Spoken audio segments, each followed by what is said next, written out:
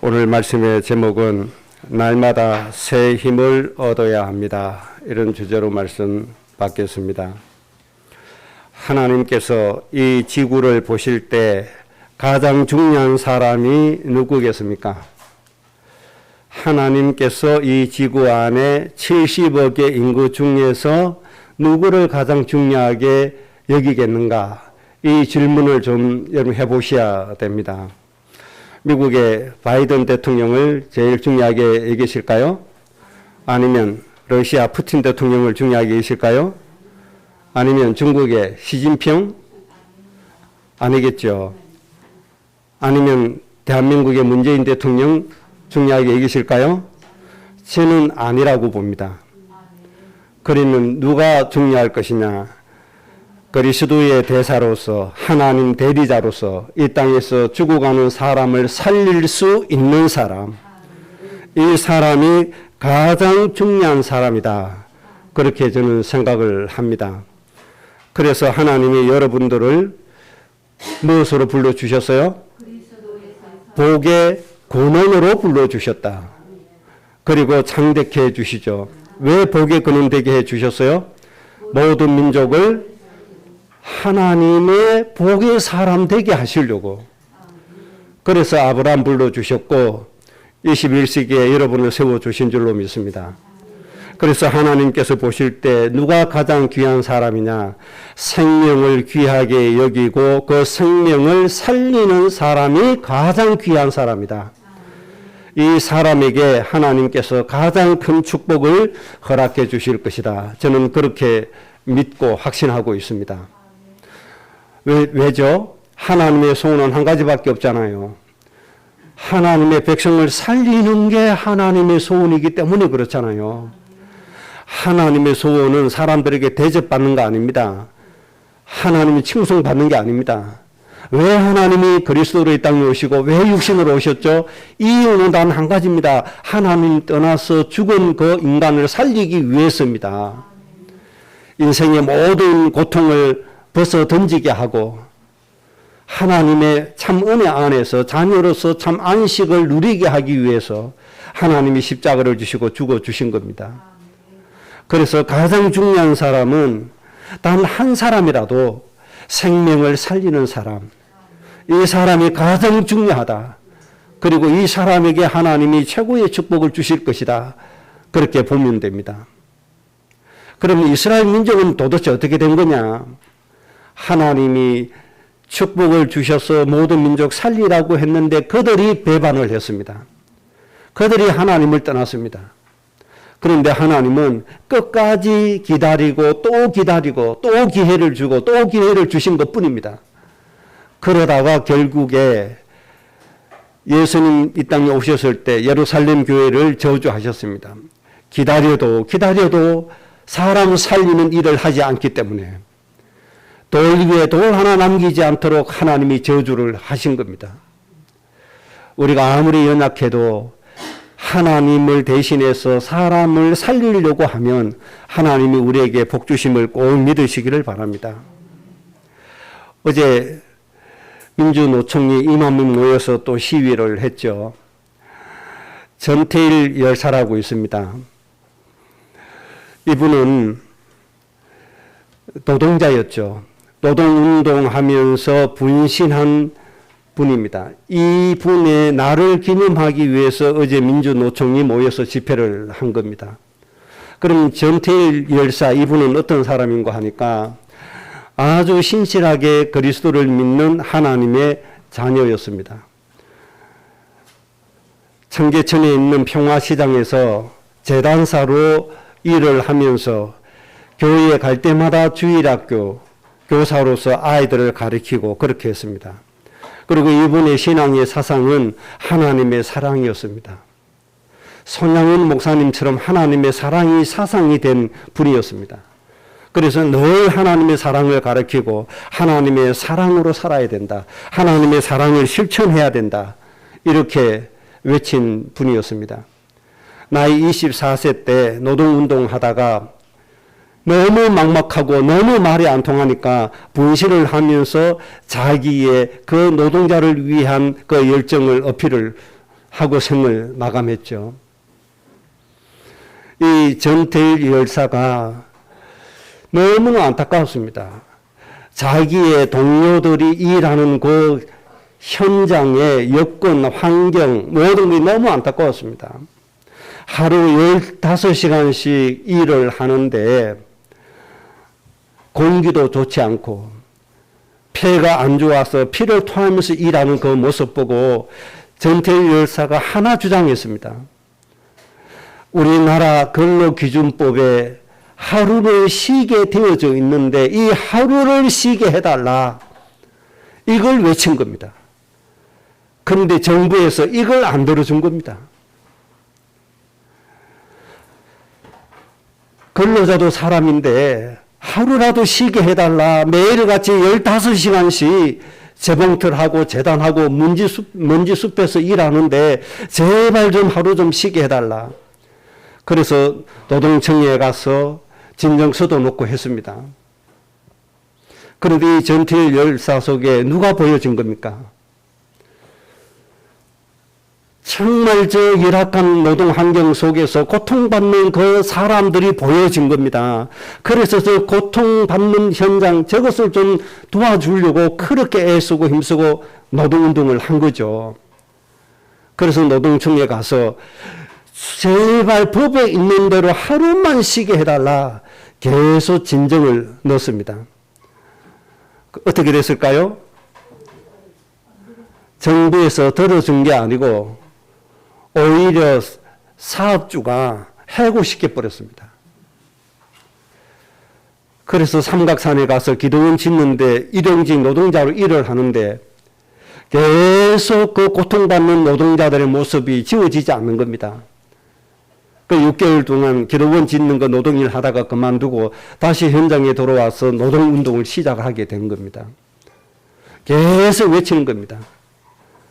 안 되니까 노동자를 틈날 때 모읍니다. 우리나라 근로기준법이 이렇게 돼 있다. 너희들이 알아야 된다.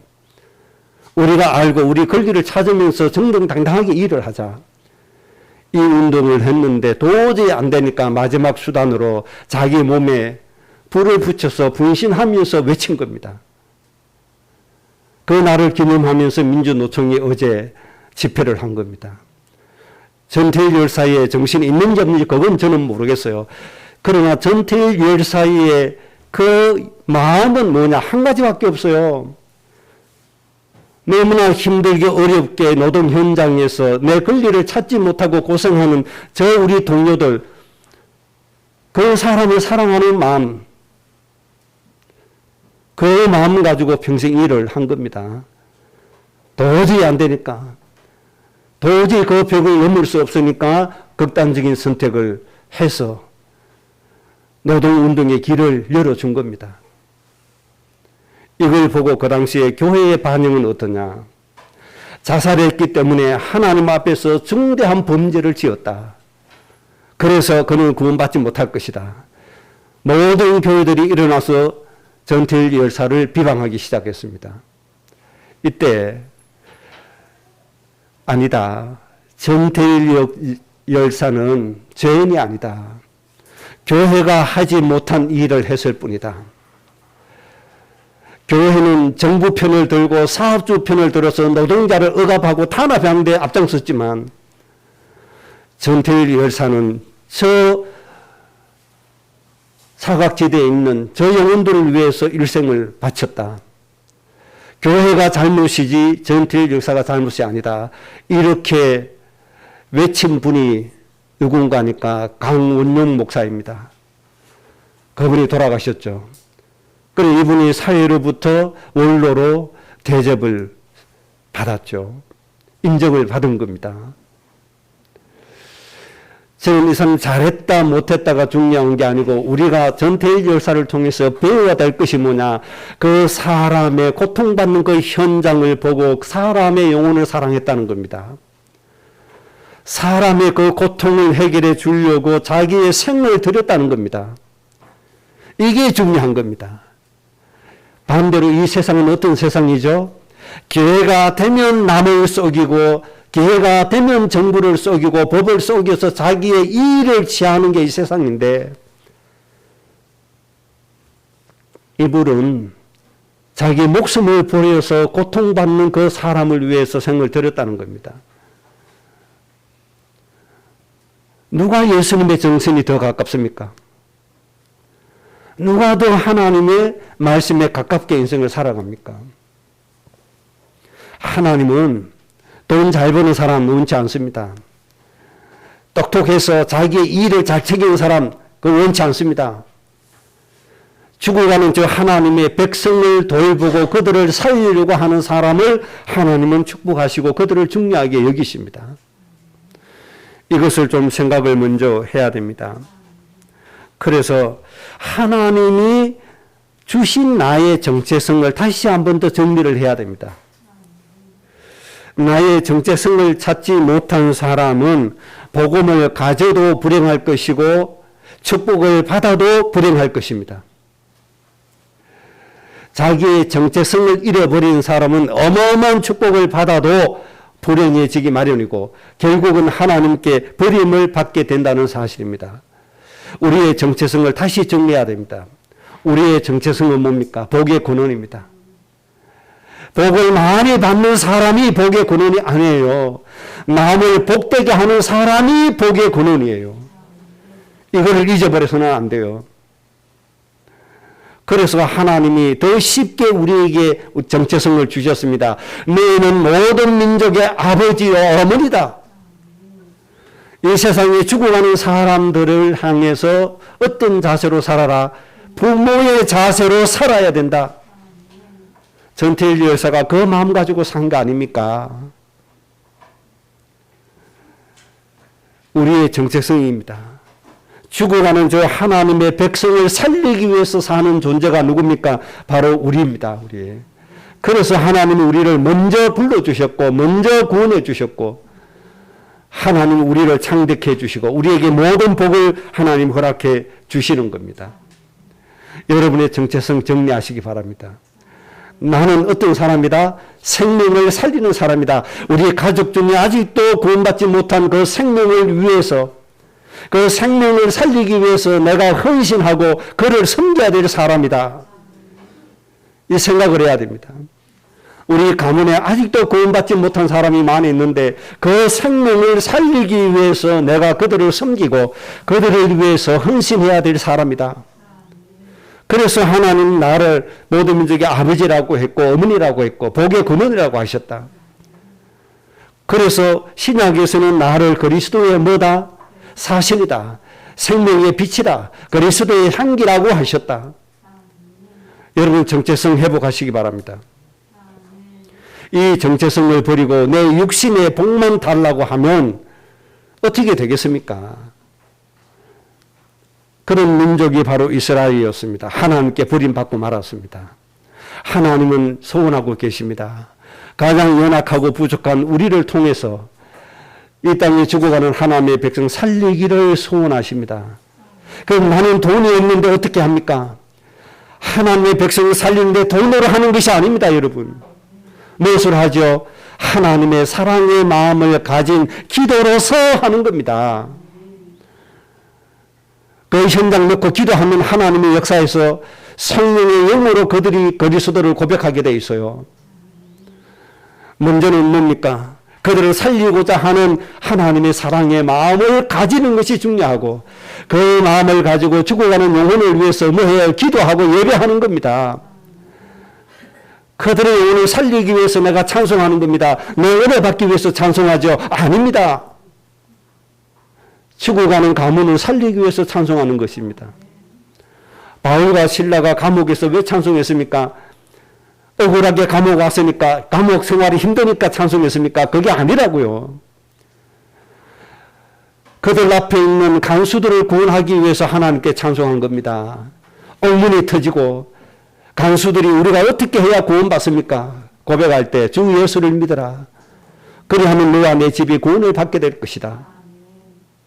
우리의 모든 이유는 뭡니까? 죽어가는 하나님의 백성을 살리는 것이다. 여러분 가족 중에 가문 중에 구원받지 못한 영혼이 많이 있습니다. 그 영혼을 사랑하는 그리스도의 마음, 하나님 마음부터 배우세요. 그 마음부터 가슴에 품어야 됩니다. 그리고 그들을 위해서 기도하는 겁니다. 이것이 복의 근원입니다. 이것이 우리의 정체성입니다. 이거 하라고 하나님 여러분 불러주신 줄로 믿습니다. 모든 사람을 살리는 복의 근원이기 때문에 우리가 해야 할 일은 한 가지만 하면 됩니다. 오늘 말씀하신 것처럼 날마다 새 힘을 얻어가야 됩니다. 하나님이 주시는 새 힘이 있어야 생명을 살릴 수 있을 게 아닙니까? 그래서 오늘 여호와를 앙망하는 자는 무엇을 얻는다? 새 힘을 얻는다. 절대로 피곤해지지 않을 것이다. 독수리가 날개치며 올라가면 같이 우리도 달려가게 될 것이다. 이 은혜를 하나님 우리에게 주신다는 겁니다. 그래서 이번 주간에 힘쓰시고 애쓰셔야 됩니다. 뭘 받아야 돼요? 하나님이 주시는 새 힘을 받으셔야 돼요. 새 힘을 받는 방법은 너무나 간단합니다. 여호와를 앙망하는 자는 새 힘을 받는다. 여호와를 앙망하는 겁니다. 그러면 하나님이 새 힘을 주신다고 말씀했습니다. 이 앙망이라고 하는 단어는 히브리어 카바라고 하는 단어입니다.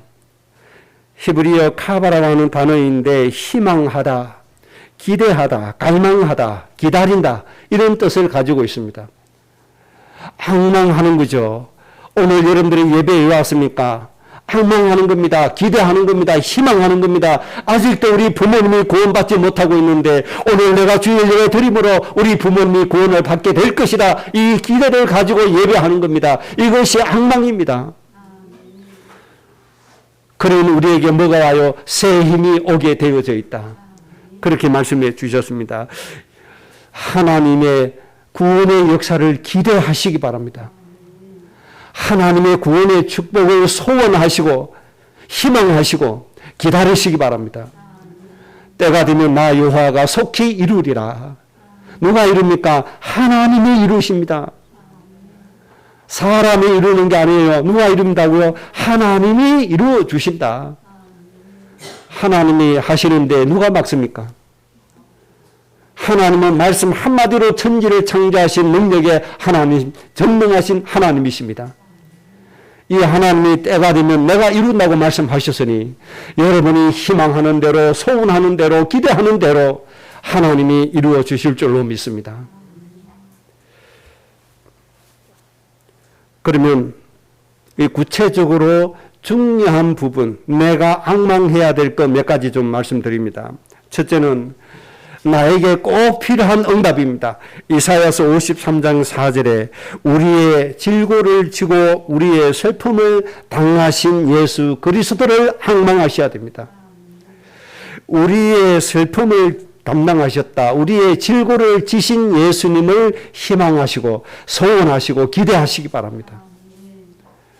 그래서 우리에게 무엇을 주시죠?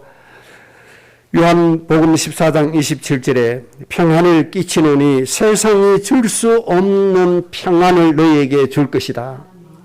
이 응답이 와지게 됩니다. 이것이 여러분의 영혼의 육신의 힘으로 와지는 겁니다. 세상에서 얻을 수 없는 평안함을 하나님이 주십니다. 왜요? 예수님이 우리의 질고를 담당하셨고 예수님이 우리의 슬픔을 담당하셨기 때문에. 그래서 우리에게 참 평안을 주시는데 절대로 세상이 줄 수 없는 평안을 너희들에게 줄 것이다. 하나님이 말씀해 주신 겁니다. 이 평안 때문에 우리가 참 안식을 누리고 행복하고 조금도 부족함이 없이 하나님의 은혜대로 살아가는 겁니다. 그리고 예수님이 우리의 슬픔을 감당하셨기 때문에 반대로 우리에게 뭐가 오죠? 기쁨이 와지게 된다. 그렇게 말씀했습니다. 희락이 넘치게 된다. 하나님이 은혜를 주십니다.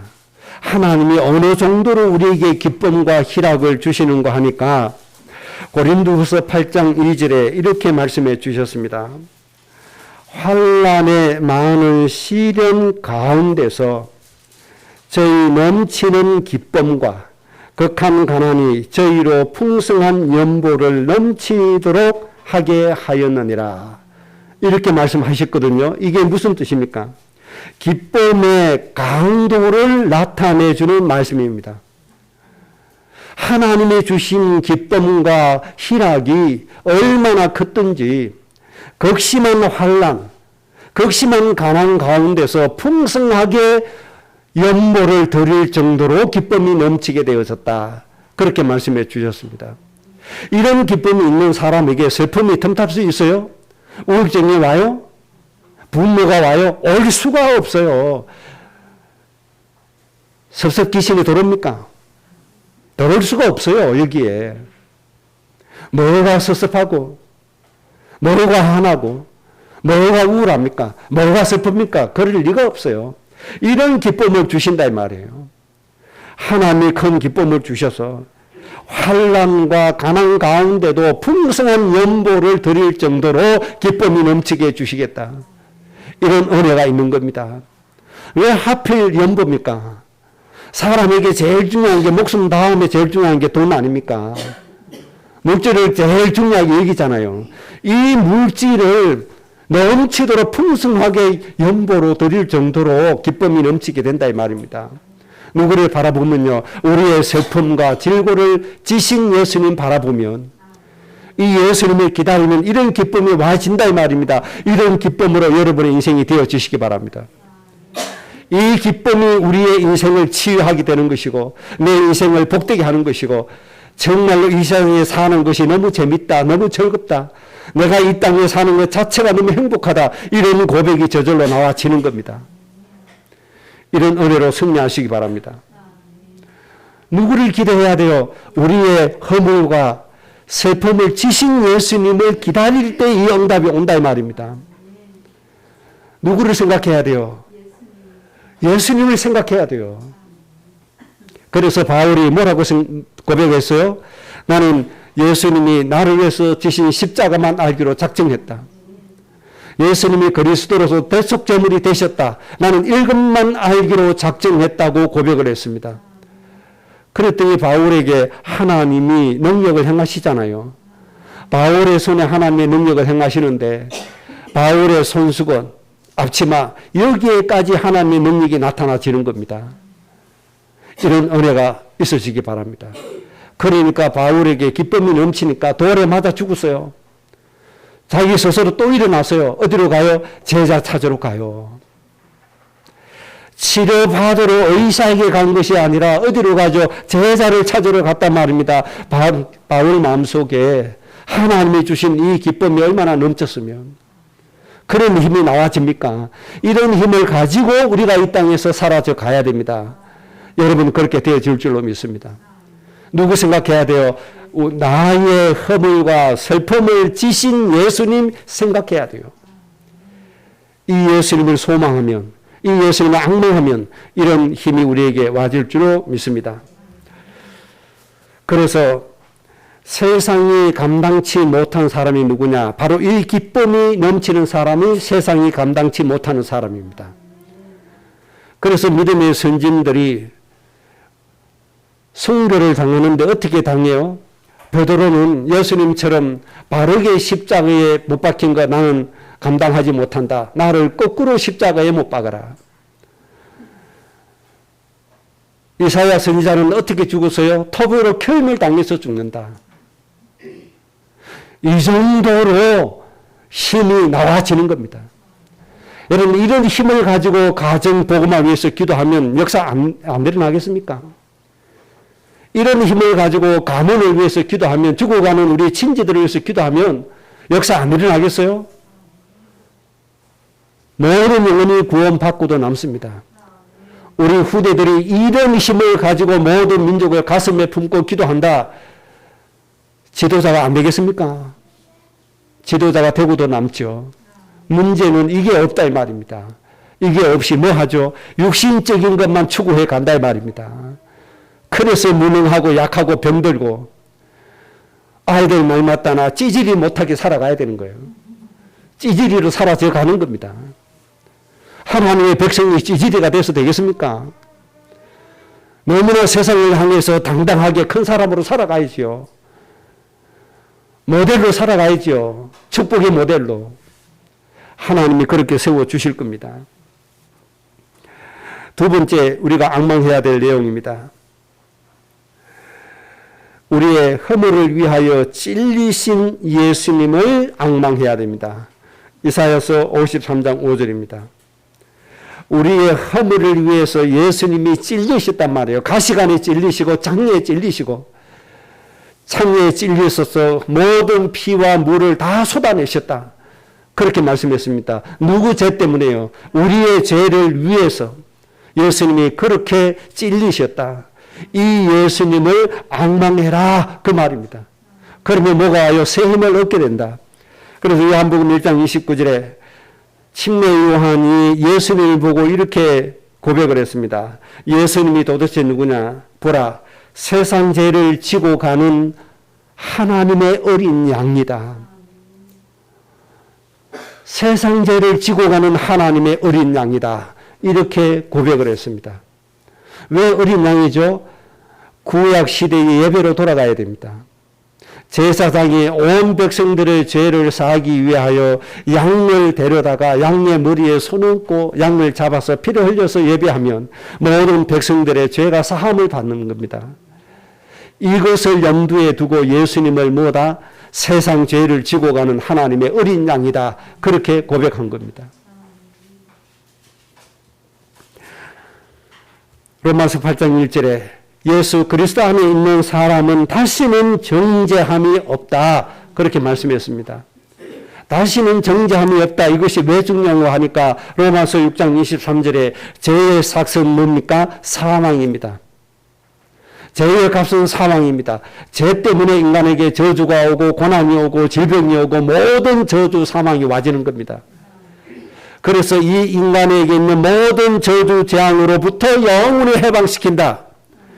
이것이 예수님께서 찔리신 이유입니다. 이 예수님을 앙망하면 절대로 우리는 멸망되지 않는 신분의 축복을 넉넉하게 누리게 되어져 있는 겁니다. 여러분의 모든 실패, 인생의 저주 재앙을 끊기 위해서, 여러분을 해방시키기 위해서 가시에 찔리시고 창에 찔리신 그 예수님을 앙망하시기 바랍니다. 그래서 셈을 얻으시기 바랍니다. 여기에서 오는 셈은 절대로 실패할 수 없다 이 말입니다. 이 세상에 그 무엇도 우리를 찌를 수가 없다. 이 세상에 그 무엇도 우리를 넘어뜨릴 수가 없다. 그런 결론이 나아지는 겁니다. 그래서 우스갯소리로 망할 짓을 해도 안 망한다. 그래서 그 말이 나와지는 겁니다. 이 말이 왜 성립이 되죠?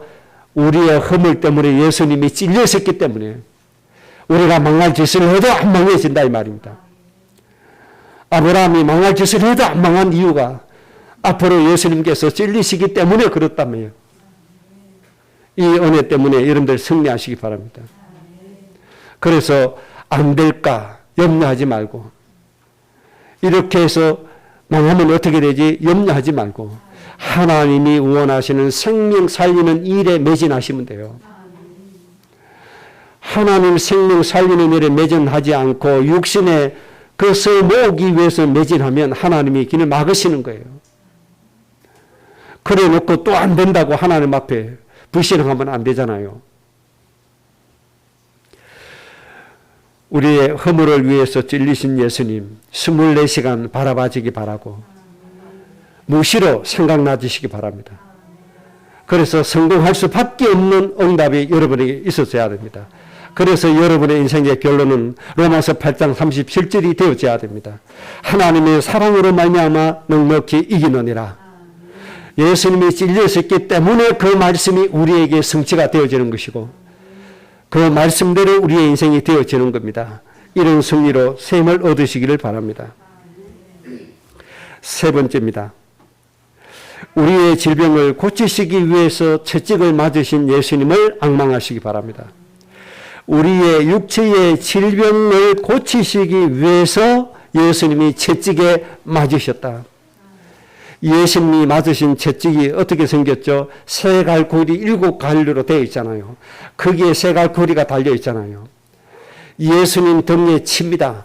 쇠갈고리가 예수님 등에 박힙니다. 로마 군인들이 어떻게 하죠? 그대로 집어당깁니다. 예수님의 등에 살점이 찢겨나가는 그 채찍을 맞았습니다.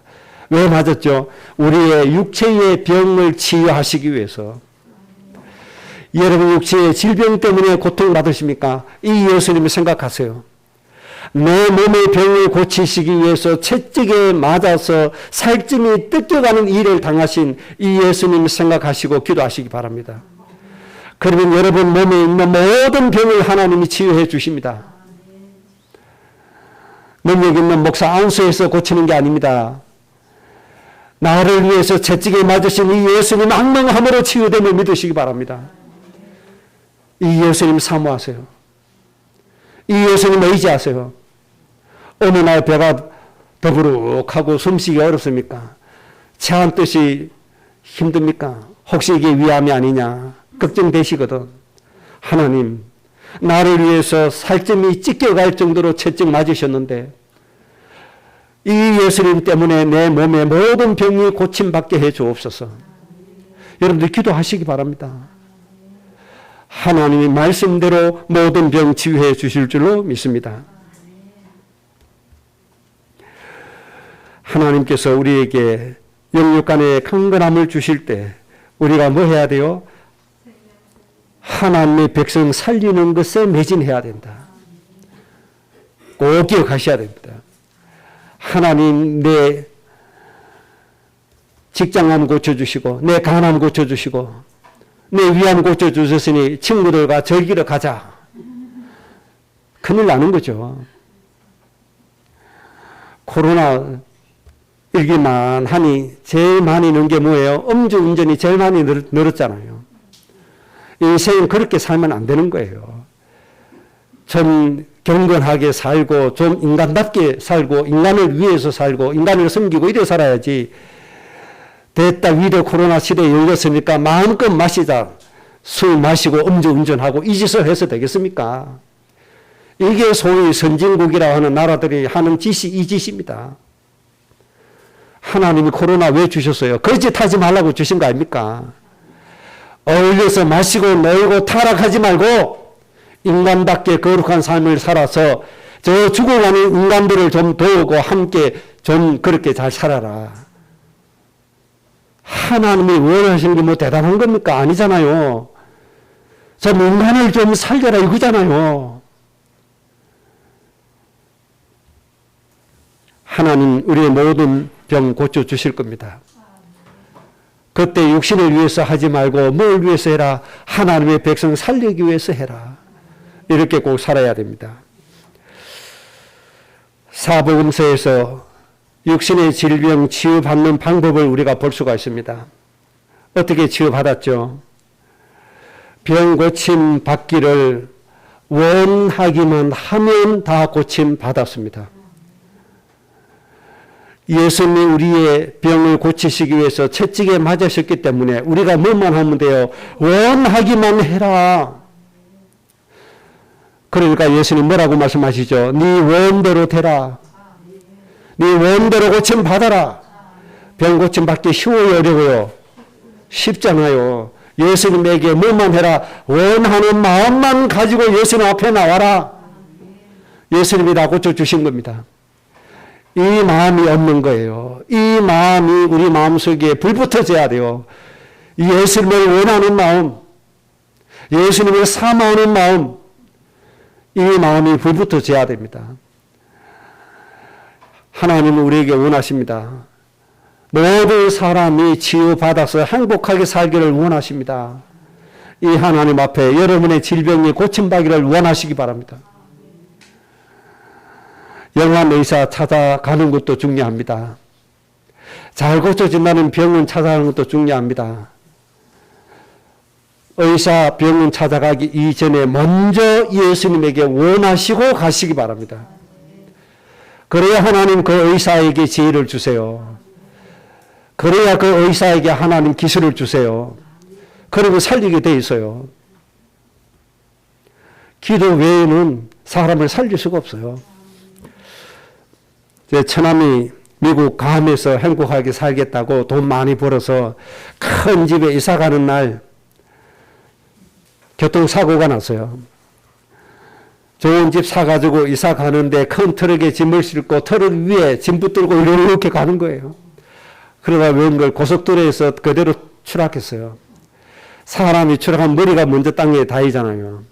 뒷골이 다 깨졌어요. 혈관 다 터졌어요. 그러니까 어떻게 돼요?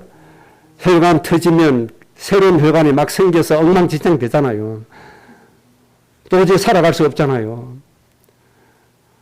감에서 급하니까 한국으로 이송을 했어요.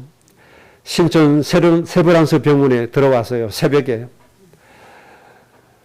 세브란스 병원은 선교사가 감독하고 있습니다. 지금도.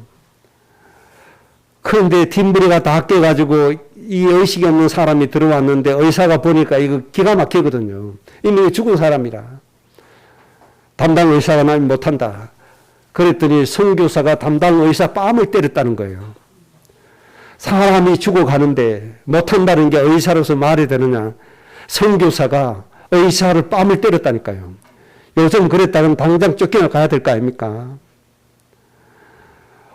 뺨 한 대 맞고 의사가 할 수 없이 수술을 한 거예요. 머리 깨진 거 갈라내고 수술을 했는데 어떻게 됐게요? 보름 만에 비행기 타고 본국으로 갔습니다. 기가 막히죠. 그게 의술로 되겠습니까? 하나님이 의사의 손을 만져주신 겁니다. 하나님이 의사의 손을 통해서 고쳐주신 거예요. 뭐 하라고요? 이제는 좋은 집 살려고 애쓰지 말고 생명 좀 살리라고 살려주신 게 아닙니까? 그래서 뭐가 문제입니까? 하나님, 우리 병을 치료해 주옵소서. 예수님께 고침받기를 원하는 마음이 먼저입니다. 이 마음 가지면 돼요. 그 소식 듣고 기도했죠. 하나님, 평생에 제 육신을 위해서 살다가 저 모양 됐는데 하나님, 정말 하나님의 일을 위해서 살 수 있는 기회를 달라고 그렇게 기도했죠. 그렇게 했는데 의사의 손길을 통해서 됐어요. 그래서 그 의사 유명해졌습니다. 아주 유명한 의사가 되셨죠. 하나님께 원하시기 바랍니다. 예수님에게 여러분의 몸의 병 고침받기를 진짜 원하세요. 예수님께서 다 고쳐주실 겁니다. 그래서 건강해지거든 뭘 하라고요? 하나님의 백성을 살리는 일을 해라. 꼭 그렇게 사시기를 주의 이름으로 축복합니다. 마지막으로 네 번째입니다. 우리가 무엇을 앙망해야 되는가 하니까 하나님이 맹세로 주신 말씀을 앙무해야 됩니다. 하나님 맹세로 주신 말씀 많이 있지만 창세기 17장 4절 6절에 맹세로 너에게 말해준다 하시면서 하신 말씀이 뭡니까? 언약을 세우자. 맹세로 준다. 그 맹세 내용이 뭡니까? 모든 민족의 아버지, 어머니로 살아라. 하나님 맹세로 주신 말씀입니다. 여러분 이 말씀을 앙무하시기 바랍니다. 하나님 모든 민족 살리라고 맹세로 모든 민족의 아버지 어머니 되게 해주셨는데 이 말씀대로 내 인생이 되게 해 주옵소서. 모든 민족을 살릴 수 있는 가정 가문 후대가 되게 해 주옵소서. 나의 일을 위해서가 아니라 모든 백성을 살리기 위해서 사는 우리 후대 가정 되게 해 주옵소서. 앙망하라 이 말입니다. 그러면 뭐가 와요? 새 힘이 와지게 되어져 있습니다. 이것을 위해서 앙망하지 않고 육신을 위해서 앙망하니까 안 되지는 겁니다. 육신은 하나님과 원수가 되고 육신의 생각은 멸망이고 육신의 생각은 사망인데 어떻게 행복하게 살 수 있습니까? 되어질 수가 없습니다. 하나님이 맹세로 주신 말씀 꼭 붙잡으세요. 이사야 49장 6절에 너는 이방인의 뭐다? 빛이다. 내가 너를 통하여 생명을 땅 끝까지 이루게 할 것이다. 모든 생명이 구원받게 되도록 할 것이다. 여러분을 빛으로 세워서 복음이 땅 끝까지 증거되어지고 땅 끝 있는 사람까지 구원받도록 하시는 것이 하나님의 뜻입니다. 이것이 맹세로 주신 말씀입니다. 꼭 붙잡으시기 바랍니다. 이방인의 빛 하니까 참고로 생각을 해야 됩니다. 내가 전기 발전기 돌려서 내가 빛을 만들어내야 되나? 어린아이는 이렇게 엉뚱하게 생각할 수가 있죠. 그럼 도대체 빛이 뭐냐? 이 빛은 아주 간단합니다. 마태복음 5장 16절에 이렇게 말씀했습니다. 너희 빛을 사람 앞에 비치게 하여 저희로 너희 착한 행실을 보고 아버지께 영광을 돌리게 해라. 너희는 빛이다. 빛을 사람 앞에 나타내라. 그럼 이 빛이 도대체 뭐냐? 너희의 착한 행실이 빛이다. 그렇게 말씀했습니다. 그래서 우리 그리스도인들은 행실이 착해야 돼요. 행실이 하나님의 말씀에 합당해야 돼요. 그래서 저 불신자들이 우리의 행실을 보고 하나님을 알게 만들어줘야 돼요. 이게 빛입니다. 여러분의 착한 행실이 빛임을 믿으시기 바랍니다. 그래서 성도들의 삶은 뭐해져야 된다? 거룩한 삶이 되어져야 된다 이 말입니다. 이건 윤리 도덕이 아닙니다. 하나님의 뜻을 이루기 위해서, 빛이 되기 위해서 우리는 착한 행실을 불신자들에게 보여주고, 아직도 구원받지 못한 가족에게 보여주고, 가문의 영혼들에게 보여줘야 됩니다. 행위나 불신의 부모님이나 가문의 불신자 우리 친척들이 예수 믿는 우리 보고 저 교회에 다니는 게 저 따위나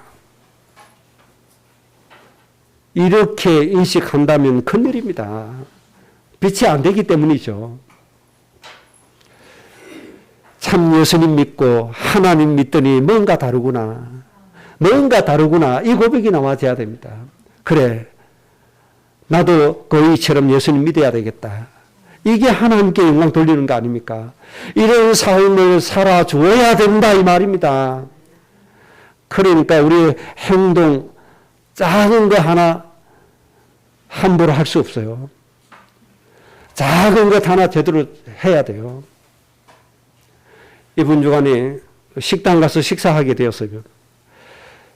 어떤 사람이 저분 저 은복 목사님 아니냐고. 그럼 맞다. 자기는 저는 잘 모르겠어요. 그러니까 과거 얘기를 해요. 내가 도움을 많이 받았다고. 저는 기억 하나도 없거든요. 그렇게 얘기를 하더라고요. 그런데 그분은 지금 나이 60 넘도록 그걸 기억하고 있는 거예요. 제가 군정으로 있을 때 제가 뭐 어떻게 좀 많이 도와줬나 봐요. 그걸 아직도 기억하고 있더라니까요. 다음에 만나면 이제 복음 전해서 해야 되죠. 그 형제들은 뭐 예수님 믿는 형제들이 많이 있으니까. 중요한 건 뭔지 압니까? 우리의 빗대는 착한 행실의 삶이 굉장히 중요한 겁니다. 불신자들의 생명을 살리기 위해서 우리의 착한 행실을 보여주는 건 너무 중요합니다. 예수 믿는다고 그러면서 말이죠. 불신자들에게 피해나 주고 윤리가 바닥에 떨어지고 도덕이 없고 그러면 되겠습니까? 복음 가졌다고 그러면서 식당 가서 복음 가졌으니까 마음껏 마시고 먹고 목사님 한잔 하세요. 되겠어요? 장로님 한잔 합시다. 되겠어요? 하나님의 영광을 다 가리운 겁니다. 정말 복음 깨달았다고 그러면서 말이에요. 빗대지 못한 삶을 사는 이런 잘못된 우리의 신앙생활. 지금 오늘날 교회들이 그래요. 목사들이 술 먹는 거 보통 하신다니까요. 기가 찰 노릇습니다, 지금. 불신자들이 하나님 믿겠습니까? 그래서 착한 행실을 보여라. 그렇게 말씀하신 겁니다. 착한 행실로 구원받는 게 아니라고 이 착한 행실 무시해버리고 멸시해버리고 가치없게 여기고 그러는 것이 오늘날 교회입니다. 제가 여러분에게 성경을 읽으라고 한 이유, 성령께서 이런 것들을 가르쳐 주시기를 원하기 때문입니다. 성령께서 정말 하나님 여러분에게 가르쳐 주시기를 원하기 때문에 그렇습니다. 사람의 가르침 가지고는 되지 않습니다. 인간의 계명으로 흘러갈 가능성이 너무나 많습니다. 그래서 하나님의 말씀 다 놓쳐버립니다. 맹세로 주신 말씀 붙들고 꼭 승리하시기 바랍니다. 우리 후대들에게 정말 부탁하고 또 부탁하고 근면하고 싶은 말씀이 골로새서 2장 15절 말씀입니다. 이 말씀을 꼭 앙망하시기 바랍니다. 우리 후대들은 하나님이 앞으로 그리스도로 충만해지는 날에 세상의 통치자 권세자들을 무력화시켜서 부끄럽게 만들고 우리 앞에 무릎 꿇게 만들게 될 것입니다. 그때 우리 후대들은 뭐 해야 돼요? 하나님의 나라를 온 세계에 이루어 가야 될 것입니다. 말씀으로 생명을 살리는 일에 매진해야 될 것입니다. 그런 통치자가 되어지고 그런 지도자가 되어지고 그런 왕들이 되어져야 될 겁니다. 어떻게 합니까? 십자가로 그들을 이겼느니라 말씀하셨습니다. 예수님의 십자가의 정신을 배우고 예수님의 십자가의 공로를 붙잡고 가면 이 응답이 와지게 되어집니다. 우리 후대들은 이 말씀을 앙망하면서 가야 돼요. 그러면 뭐가 와요? 새 힘이 와지게 된다. 이 새 힘으로 내가 살아야 돼요. 그래야 내가 행복해요. 그래야 내가 힘들지 않아요. 이런 축복이 꼭 있어지기를 주의 이름으로 축복합니다. 결론입니다. 여러분의 마음 상태가 매일같이 하나님을 사모하는 그 마음 상태가 목마른 사슴이 시냇물을 찾는 것처럼 되어지셔야 됩니다. 늘 하나님을 사모하셔야 됩니다. 늘 하나님을 사랑하는 마음으로 충만해야 됩니다. 하나님을 생각하면 또 좋고 하나님을 생각하는 것이 또 즐겁고 그래서 자꾸자꾸만 하나님을 사모하고 하나님을 즐거워하고 이렇게 여러분의 영적인 상태, 마음의 상태를 꼭 만드셔야 됩니다.